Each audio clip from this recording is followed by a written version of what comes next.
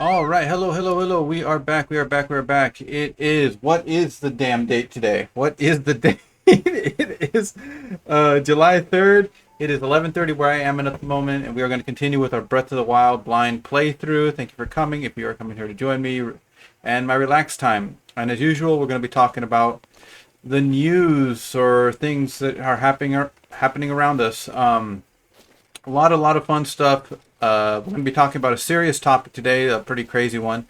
And while we're doing that, though, we're going to be looking for the eyeball and trying to do this quest. The three brothers eyeball key unlock challenge thing. I killed the three brothers, but I lost the eyeball, so we're going to look for the eyeball or the stone lock key thingy from now.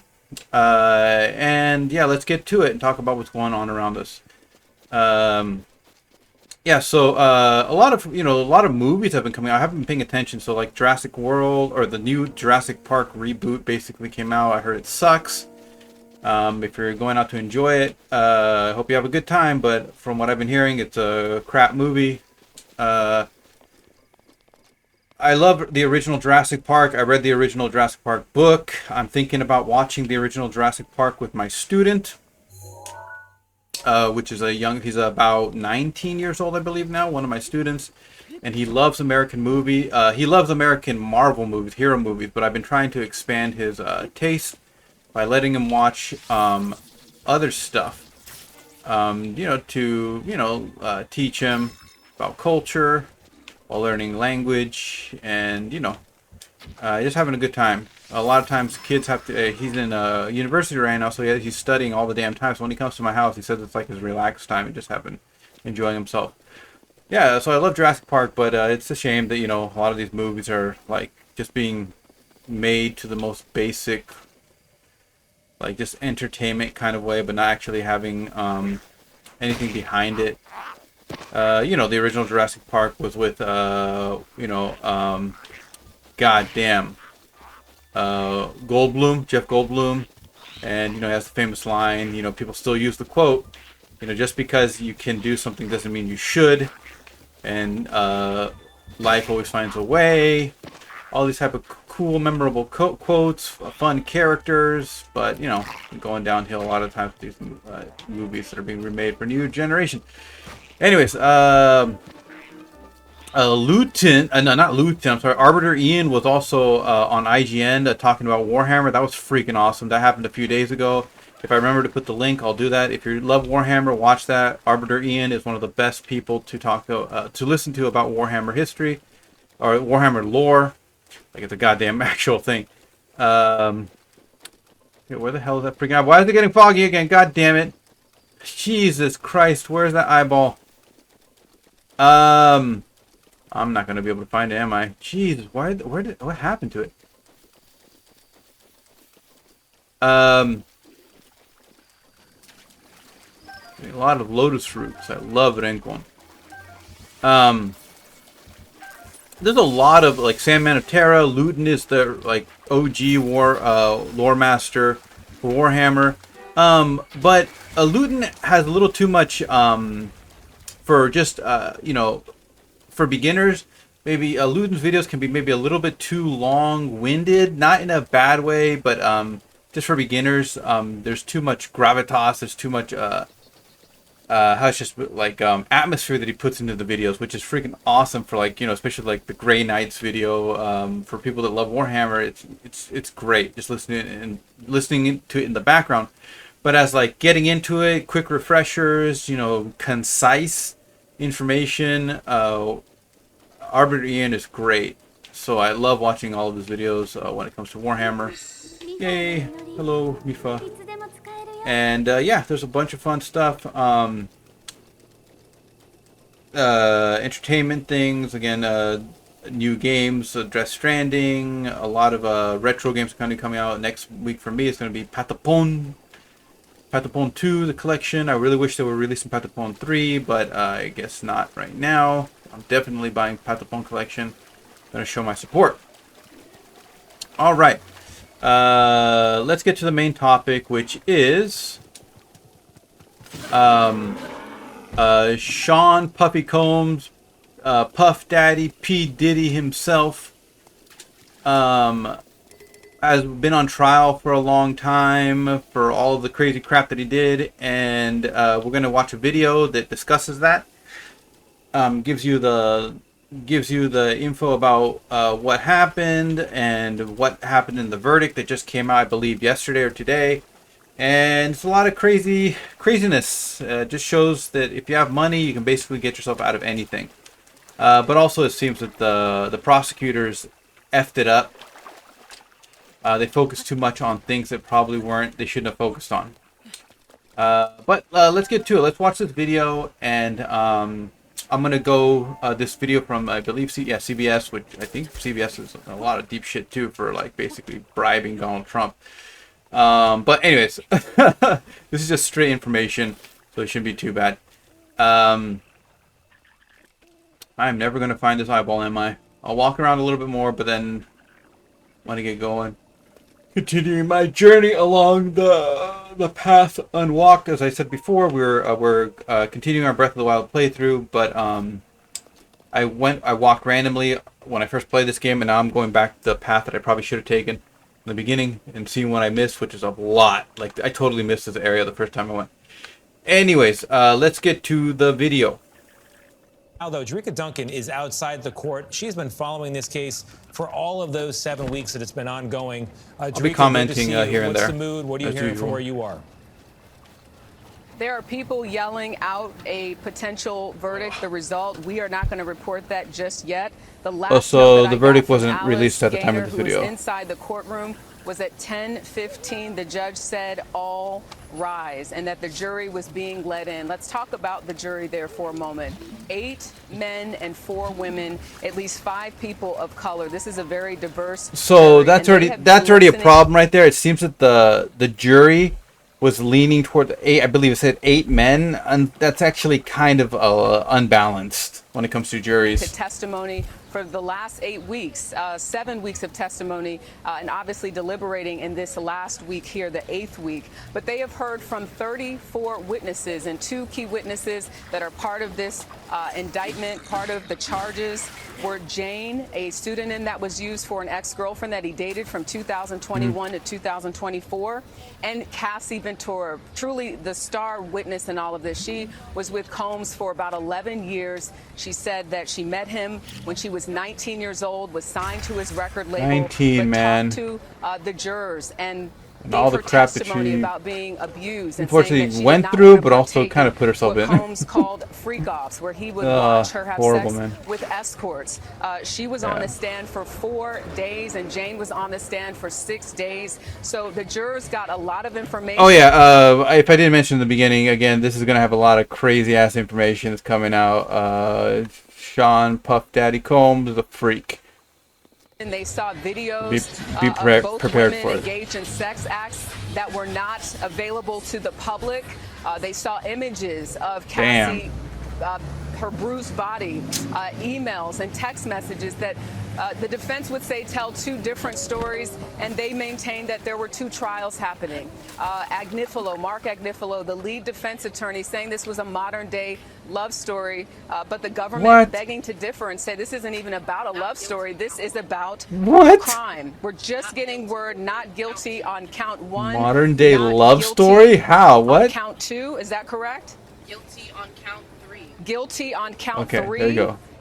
Stay with me, Tony. Guilty on count 4. Not guilty on count 4. And guilty on count 5. And guilty on count 5. So 3 and 5 guilty. Coming into us right now. Could you repeat that for me, Nia? She's our field producer. You said not guilty on count 1. That is the racketeering conspiracy. Not guilty. The second count. Not guilty. Not guilty on count 2. 2. Is that correct? She's surprised. Not guilty. She's like, what? Guilty on count 3. Guilty on count 3. That would be the Mann Act transportation of Cassie so just Ventura. Transporting looks like I have the note somebody as well, that's whoring themselves out across count 1, state lines, I believe. Conspiracy, not guilty. Count 2, not guilty. Count well, it 3, seems like that she wasn't guilty. doing it like so Count much 4, as she was being pushed by guilty. Puff Daddy. Count 5, guilty. So essentially, the jurors found that he was guilty of the Mann Act. That is the transportation to engage in prostitution, but they found him not guilty on sex trafficking. Very serious charge there, where he could have spent a minimum of 15 years in prison, and not guilty on that racketeering conspiracy, which he could have spent up to life in prison for. So that is the so the RICO charge. We're going to get more information as things Didn't are go coming through. out in terms of the mood inside that courtroom. What is Sean Combs doing? What is his family doing? What are the jurors doing? How are they reacting? All of that should be coming to us momentarily. But again, if you're just tuning in, Sean Combs not guilty on the most serious of charges, the racketeering conspiracy and sex trafficking. All right, Drika, thank you very much. With us also is criminal defense attorney Caroline Polisi, a CBS News legal contributor. Caroline, this is a mixed result, and we do have a bit of color from the courtroom from our Alice Gaynor. Combs, just before the verdict was read, walked in, said something to his family, and then put his glasses on. If you could, please put yourself in the position of this defense team and Mr. Combs. How would they be feeling here with two guilties? And I should mention they carry potential sentences of 0 to 10 years. So he could be facing criminal prison time at this point. Put me into their mindset right now. How are they feeling about this result? They are high-fiving each other. This is a huge win for the defense. These transportation to engage in prostitution counts, Mann Act counts, don't have a mandatory minimum. Given his prior history, he doesn't have any prior convictions. He could get away with time served, even a couple of years. I mean, this is one of the best possible outcomes that they could have hoped for. You know, the sex trafficking and the RICO conspiracy, that means the jury was buying what the defense was selling in terms of this overarching theme that this was not coercion for sex, that these two women, Cassie and the woman with the pseudonym Jane, that they entered into these relationships knowingly, that they made a cost-benefit analysis to engage in these acts, and that there really wasn't coercion, whether that was in the form of financial harm. Remember, we heard about him sort of hanging over Jane's head that he paid her rent, or whether that was, I mean, we all saw that 2016 Intercontinental Hotel video of him. Yeah, okay, so she's going to explain it right now. Again, so it seems that he was basically acquitted, or whatever the damn term is. He was basically not found guilty of trafficking for the most part, which is, he's, selling women. Like, this is all private. They're making it seem like this is all just the women that he was with. This is just the kind of lifestyle that he had, and they participated in it. It seems that that's what the jury thought, that they were not really forced into it. Again, these type of things there's much more to it than that. In these type of relationships, women can feel very pressured. I mean, it just happened recently with what's her name? So real quick though, text came out from what I heard about, text between the women and Puff Daddy, that some of the messages showed that they're like willingly participating in these things. But sometimes people aren't honest with the way they're trying to act. They should be more if they can, but there's a lot of, sometimes that's what coercion is. Like, you give stuff up without wanting to, because you're pressured or, forced to. And sometimes you put a smile on. That's what coercion is. And it seems that the jury believed, again, as I said, that they were the women weren't forced to do it. Like, they enjoyed it. But again, this happened recently too with God, let me find that ball. What the hell was her name again? God damn it. One moment. I believe Doja Cat. I think that was the artist's name. There was like an incident that happened with Doja Cat recently where like this gay guy basically was a big fan, and he was trying to, some gay guys are very, very flamboyant, and he was, grabbing onto her. Just not aggressively in the beginning, but and it seems that Doja Cat, if this is the correct the singer's name. I'm sorry if it's wrong. Uh,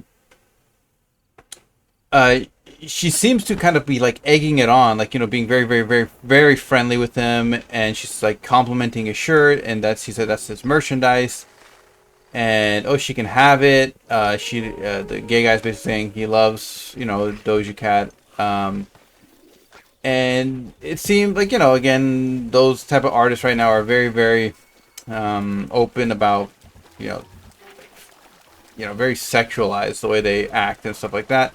But again, you know, it seemed like she was just having interaction with her fan.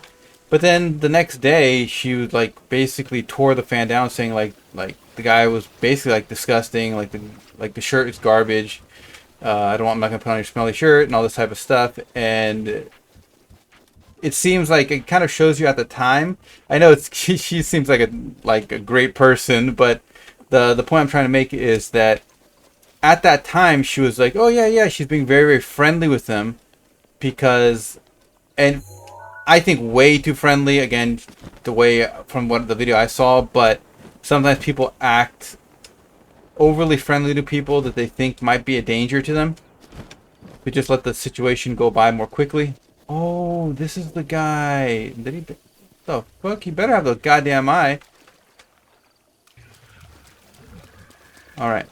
One moment. That's okay. Let's watch the video on. Beating Cassie, apparently, in the midst of a freak-off. So even that wasn't enough for the jurors to overcome that hurdle. I think this is a huge deal. The prosecution had been sort of critiqued for maybe overcharging this case. I think it shows that it was. And the fact that they came back quickly after the guy doesn't have charge it. that was administered yesterday with that not guilty on the RICO charge. What? Shows you how quickly they got there. So huge win for the defense. Caroline, thank you very much. I want to bring in Jessica Levinson, also a CBS News legal contributor and a Loyola Law School professor. Her work focuses on constitutional law, election law, and the Supreme Court. She's one of our best analysts. Jessica, how are you feeling about this result? We just heard about potential high fives from Caroline's perspective. Youngest kin. How would you feel about then this where's the result other if you were ones? sitting in the Diddy camp right now? Exactly the same as Caroline would. Excellent analysis as always. This is a big win for the defense. It shows that the prosecution was able to get guilty on the most straightforward of the of the counts. But when it comes to those more complicated counts that we've all had the opportunity to talk about now for months, whether or not Sean Combs really had created this criminal enterprise, whether or not the freak-offs crossed that line from maybe morally Okay, so it seems that the prosecution, the people that are trying to find him guilty, just overstepped too much. They focused too much on kind of like the crime of like, oh, there's another one, yay, of like trafficking, not only like weapons and drugs and stuff, and the jury didn't buy it. And like he was trying to do some kind of like sex trafficking like organization, and not just him being a freaky freak with the women that he's with. It just seems that the jury, the prosecutors focus too much on the wrong thing, and that can cause a big problem. So they didn't find him guilty for a lot of stuff. Questionable or seriously questionable to illegal. I think that's where things broke down for the prosecution. It shows that these are complicated cases to bring, that not every federal case that's brought is a slam dunk winner. Certainly, I think there will be kind of Monday morning quarterbacking of, should this have been charged differently? I think they presented all the facts they could have, but moving this from there was immoral, unethical behavior to this was a criminal enterprise to the tune of a racketeering charge, that's a really high hill to climb, and we're seeing that this morning. Jessica, the public is going to be very interested in whether this very famous man goes to prison or not. The I'll never use Lipa's thing. Verdicts carry potential punishments of up to 10 years, but as Caroline pointed out, they also have no mandatory minimum. It could be 0 years. Do we have any sense at this early date of where in the range of things he could fall? So we're going to look, the prosecution and the defense will both submit sentencing memorandum. They will make their argument to the judge. the judge will have discretion to say, I think X is appropriate. I clerked for a federal judge, and he used to tell me, God when we went back, he said, it's within my discretion. If I want to give a big bear hug and say, go be a good citizen, I can do so. I don't think we're going to see that in this case, but I think some prison time could absolutely be on the table, again, given everything that we've heard in this case. All right, Jessica, thank you very much. Let's go back to Jerika Duncan outside the courthouse. Been following this from the very beginning, and she's with Elaine Quijano, who we're going to talk to in a moment. But Jerika, what are you hearing outside the courthouse? It's been kind of a circus out there. People have a lot of opinions. Yeah. What's the scene like now? Right now, people are yelling. There are quite a few Combs supporters that have been outside, a lot of content creators. But I'm hearing from Alice Gaynor inside the courtroom that Combs, quote, pumped his fist at one point, and he put his head up to the sky with prayer hands. So that is his reaction. What the hell? What God are you praying to? Sean Puppy Combs, what God are you praying to, you degenerate?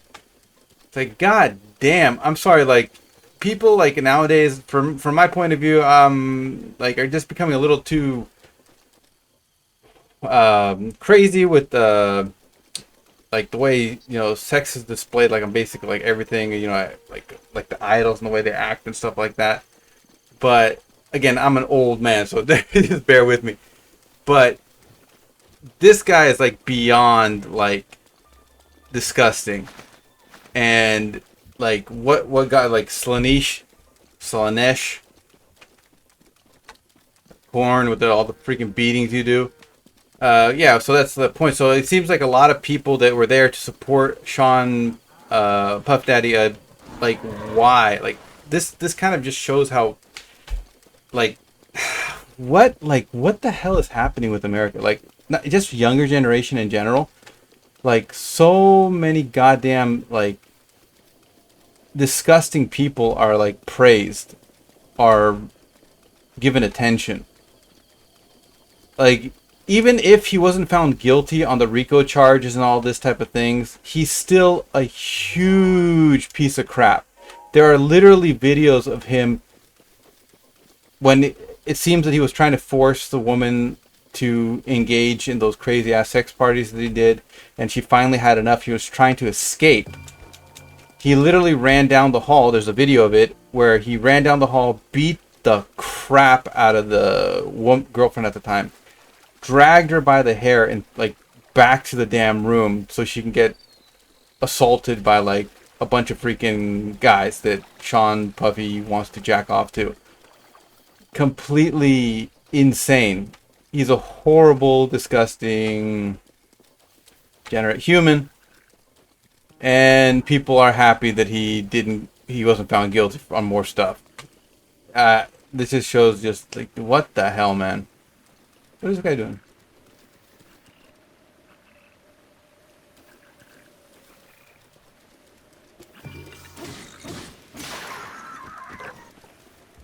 Is there a guy hidden here?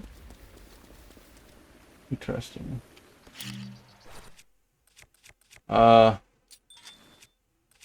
Very, very interesting. Ah, man. Again, he is a bad guy, straight up. I'm not saying nobody's perfect, nobody can't make mistakes, but Jesus Christ. Guys, this guy's been known to be like this for, like, decades now. What do you think Boondocks was made for? Like, there's episodes in the Boondocks that basically say this guy's, like, a predator and he's completely insane, disgusting. Not just because he's gay or bisexual, but because he's just, like, constantly has to force people to do things against their will. Again, and then he tries to hide it that he wasn't gay at the time. Anyways, again, all this stuff has been apparent if you paid attention to anything.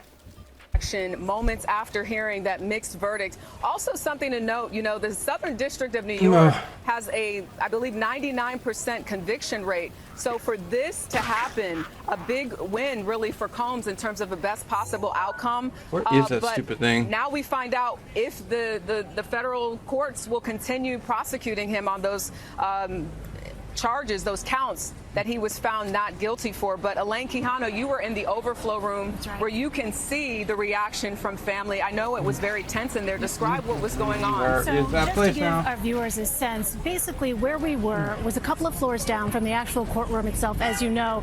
And what you see there are windows into that courtroom. So you have a camera that is not quite a head-on, but it does give you the perspective of what it looks like from sort of the front of the room. Right. So when you I was could sitting see in the him. courtroom, you see the profile and you're in the back. So oh, Lord have mercy. You're seeing the attorneys, you can't see the jurors, of course. Right. But you can see the family who are usually in the second row. That's right. So what we saw, it was interesting. I'll just sort of set the scene. As the jurors were coming in, it was interesting to watch. Sean Combs, before the jurors were brought in, was seated at the defense table, as you said, a couple of rows up from where his family was.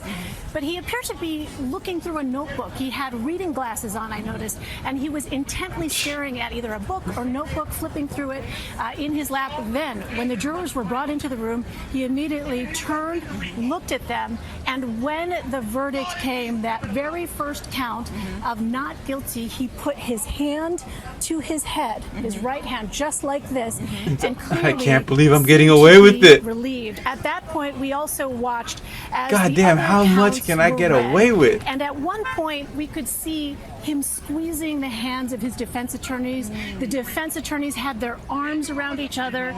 Oh God! Each other, and then we watched as Sean Combs turned towards that row where his family was sitting and did a prayer hand gesture like this. Is she gonna turn back cry? towards the front of the room? Again, what God? All right, it seems that's where the video ends. Just again, a bunch of stuff again. Just because they didn't find him guilty on most of the stuff doesn't mean he's not a piece of crap. Doesn't mean he's hasn't been a piece of crap for a long time. And there's just a bunch of people that seem to just treat this crazy shit as like a reality TV show, and they're just characters that they're rooting for. I don't know, man. Yeah, I think I finally found it. Eight. Yes, finally found it, baby. Finally found it. We got this. Where the hell was it? Okay, so it's over here. Okay. Finally. Oh, Lord have mercy. Get your ass in there. Bing. Huh?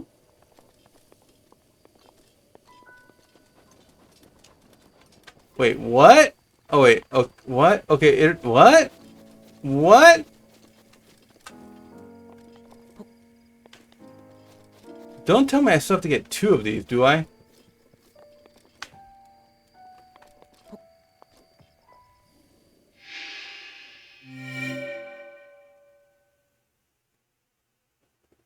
Oh, thank God. Oh, thank God. Thanks, Lord. Yay.